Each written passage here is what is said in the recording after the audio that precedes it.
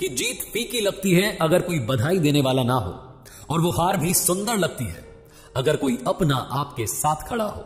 ये कहानी एक राज्य के राजा की और उसके बुद्धिमान मंत्री की, जिस मंत्री को उसने सौदे करने का काम दे रखा था। एक तरीके से वित्त मंत्री था, सारे जो सौदे थे, जो बिजनेसेस थे, वही मैनेज करता था।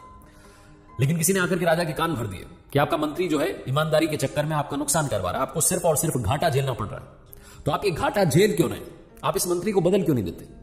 राजा ने उस दिन तो उस बात को नजरअंदाज कर दिया, लेकिन कुछ दिनों के बाद उसे लगने लगा कि बात तो सही है, इस ईमानदार मंत्री के चक्कर में मेरा नुकसान हो रहा है, मुझे इस मंत्री को वाकई में बदलने की जरूरत है। एक दिन उसने तुरंत फैसला लिया और उस मंत्री को मंत्री पद से हटा दिया। अब किसे मंत्री बनाया जाए, कौन जो है सारे बिजनेसेस देखेगा, कौन जो है सौदे देखेगा, किसे वित्त मंत्री बनाए? तो एक लड़का उसने देखा, उसकी समझ में उसे बुद्धिमान लगा, उसने उसे मंत्री रख लिया। उस लड़के को मालूम था कि पुराने वाले को इसलिए हटाया गया क्योंकि वो प्रॉफिट राजा को नहीं दे पा रहा था। जो नया लड़का है इसका यही मकसद था, यही एक लक्ष्य था कि उसे ज्यादा से ज्यादा प्रॉफिट कमा करके राजा को देना था, चाहे उसके लिए कुछ भी करना पड़े। राजा को खुश रखने के चक्कर में ये सब कुछ करने के लिए तैयार था। इसने एक पहला सौदा किया, पहली डील की, और उसमें राजा को सीधा सीधा प्रॉफिट हो गया, ज्यादा प्रॉफिट हो गया। राजा बड़ा खुश हुआ, राजा ने कहा क्या बात है, ये हुई ना बात, ये है वित्त मंत्री असली वाला, सच्चा वाला। उसे इनाम दिया गया। उस लड़के को लगा कि क्या बात है, मतलब पहली ही डील में इतना बड़ा इनाम मिल गया है, मुझे और ऐसी डील्स करनी होंगी। एक बार उस राज्य में एक घोड़ों का व्यापारी आया जो दूर किसी देश से आया था। उसके पास में तकरीबन 1000 घोड़े थे। उसने आकर के कहा कि मुझे इन 1000 घोड़ों का सौदा करना है, मैं चाहता हूं कि आपके अस्तबल की शान बढ़ाए। तो उस दिन वो मंत्री भी वहीं था, नया वाला, और राजा भी वहीं था। अब राजा की प्रेजेंस थी तो इसको लगा कि राजा साहब के सामने अपनी बुद्धिमानी दिखाने का बढ़िया मौका है, राजा साहब यहीं उपस्थित हैं तो क्यों ना कुछ कमाल की डील क्रैक की जाए। तो इसने कहा कि ठीक है, आपका सौदा हम करने के लिए तैयार हैं, लेकिन आपको बदले में सिर्फ और सिर्फ एक मुट्ठी चावल दे पाएंगे। राजा बड़ा खुश हुआ, क्या बात है, सिर्फ एक मुट्ठी चावल के बदले में 1000 घोड़े।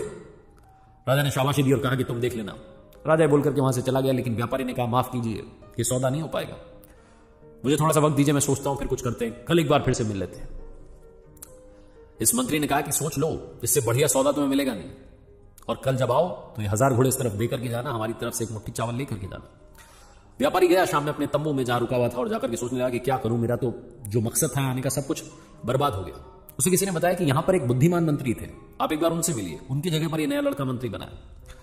तो ये मिलने के लिए गया पुराने वाले मंत्री से, उसको जाकर के सारी बात बताई। पुराने वाले मंत्री ने कहा कि एक काम करो, ये जो नया मंत्री बना है इसको जाकर के आज एक बढ़िया सा तोहफा दो, और इससे कहना कि साहब इस तोहफे के बदले में सिर्फ ये चाहिए कि कल आप दरबार में एक मुट्ठी चावल का मतलब समझा देना, बस इतना सा चाहिए। इस व्यापारी ने यही किया, ये गया नए मंत्री के पास में, शाम में जाकर के उसे गिफ्ट दिया बढ़िया सा, और बढ़िया गिफ्ट देने के बाद में कहा कि आपसे सिर्फ इतना सा चाहिए कि कल आप दरबार में राजा साहब के सामने, सबके सामने एक मुट्ठी चावल का मतलब समझा दीजिएगा कि मोल क्या है। अगले दिन दरबार लगा, पुराना मंत्री भी पहुंचा, सारे लोग वहां पहुंचे, भरे दरबार में ये व्यापारी पहुंचा। इसने कहा कि राजा साहब माफ कीजिएगा, सौदा तो बन नहीं पाया, मैं अपने देश वापस जा रहा हूं, आपने सत्कार किया, बड़ा अच्छा लगा आपके राज्य में आकर के, लेकिन जाने से पहले जानना चाहता हूं कि एक मुट्ठी चावल का आपके राज्य में मोल क्या है। राजा ने सीधा इशारा अपने मंत्री की तरफ का किया, और उसके बाद में बोला कि मंत्री बताइए, आप बताइए एक मुट्ठी चावल का मतलब क्या है। अब मंत्री ने पिछली रात में ही उस व्यापारी से गिफ्ट लिया था, तो उसके ऊपर यह भी जिम्मेदारी थी कि उसे व्यापारी को भी खुश करना था। राजा साहब को तो खुश कर ही रखा था। तो इस मंत्री ने कहा कि राजा साहब और भरे दरबार में जितने मंत्री हैं, जितने सम्मानीय लोग हैं, और व्यापारी जी आप भी सुनिए, हमारे राज्य में एक मुट्ठी चावल का मतलब है पूरा राज्य, ये सारे महल, ये सारी हवेलियां, ये सब है एक मुट्ठी चावल, हमारे राज्य के बराबर ये एक मुट्ठी चावल है। जहां उसने ये कहा व्यापारी को खुश करने के लिए, वहीं लोग हंसने लगे, ठहाके मार के हंसने लगे कि क्या पागलपन है। और एक ने तो बोल दिया कि राजा साहब ये किस मूर्ख को आपने मंत्री बना दिया, जिस राज्य को हम अनमोल मानते हैं उसका मोल ये एक मुट्ठी चावल से लगा रहा है। राजा को अपनी गलती का एहसास हुआ, तुरंत उसने उस लड़के को मंत्री पद से हटाया, पुराने वाले को मंत्री बनाया। पुराने वाले ने फिर से सौदा किया, और वो व्यापारी भी खुश होकर के अपने 1000 घोड़े इधर देकर के चला गया। कहानी छोटी सी है, लेकिन हमें सिखाती है कि हम भी उस लड़के की तरह कभी कभी बन जाते हैं, सबको खुश करने के चक्कर में। वो लड़का व्यापारी को खुश करना चाहता था, राजा को खुश करना चाहता था, सबको खुश करने के चक्कर में वो खुद बर्बाद हो गया। वो कहते हैं ना, दुनिया तो ऊपर वाले से भी दुखी है, इंसान को सबसे पहले खुद से खुश रहना चाहिए।